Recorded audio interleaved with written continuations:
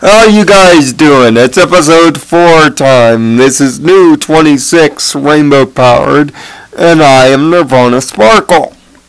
This week's episode is Bloom and Gloom. We're looking what young fillies sometimes worry about the rest of their lives and the talents they're in. More specifically, Applebloom. Taking a cue from testing 1, 2, 3, the moral of this episode is sung to you almost immediately at the start. But what occurs is a reference to a modern movie. You see, what then proceeds is a series of nightmares, each one more terrifying than the last, but playing out like the same day, over and over and over again, each with Applebloom finally getting her cutie mark, but each time with different talents and different results based on Applebloom's own worries about what would happen when the day actually comes that she gets her mark. First, it's about not getting the one she felt destined for, which then calls her a pesticider to take care of these little things called Twitter mites. Ha! Twitter mites. A form of the pair of sprites that end up terrorizing the town when she gives up her mark the first time, and also flying the farm. That's terrifying enough. Second time she gets the mark that she wants, potion making, and her friends, because she's no longer a crusader because of her getting a mark, decide to kick her out of the club. Thirdly, no mark at all. But thirdly, no mark at all. And it just means terrible because the other two crusaders, Scootaloo and Sweetie Belle, get their marks and leave her all alone in the clubhouse, a flip-flop of Dream 2. And then, lastly, Applebloom has had enough and wants the dreams to stop. Who but Princess Luna, my Alicorn number 2, shows up to be the point of all the bad dreams. You see, it was Applebloom's own shadow responsible with a little bit of dream magic for all the occurrences here. Luna and Bloom have a great conversation of reassurance, showing that being anxious about one's future plans can leave somebody trapped in a nightmare over something they can't control. But thankfully, she's not the only one, as the other two crusaders have been having similar Groundhog Day nightmares.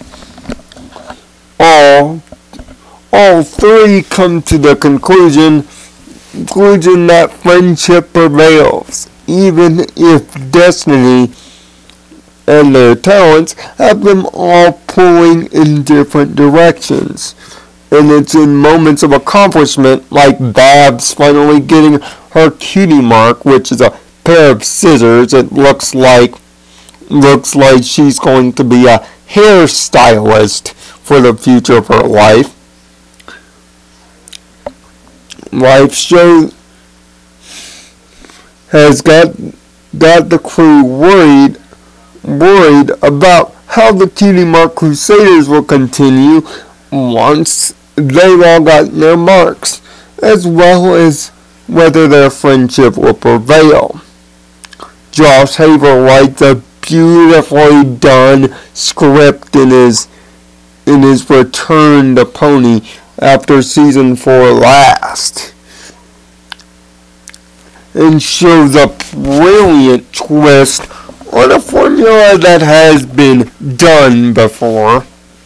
But we'll get into more of the Groundhog Day formula this week in Magical Studies when I explore other TV shows that have used this similar formula, and the thoughts of growing up and finding a career, and how truly anxious and difficult that it may be. On the technical side, this episode once again is gorgeous, and Luna's effects could not be more brilliant. Every character is in their proper role, and each of the mentors and small issues get played out perfectly.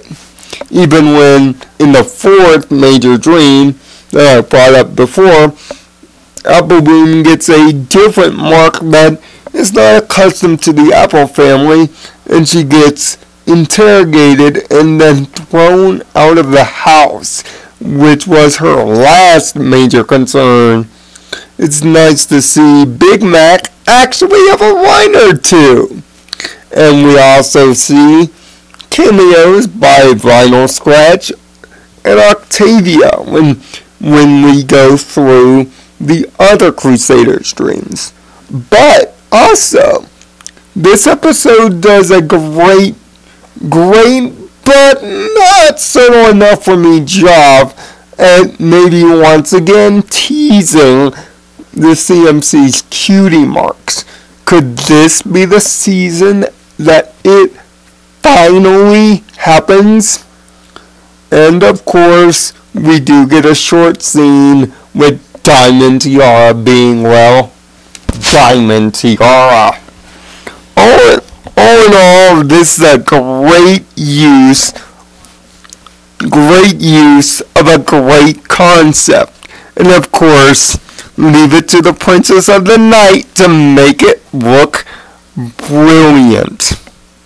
Everything is tied together quick and to the point. And the lesson is drove home from even the opening scene to the close.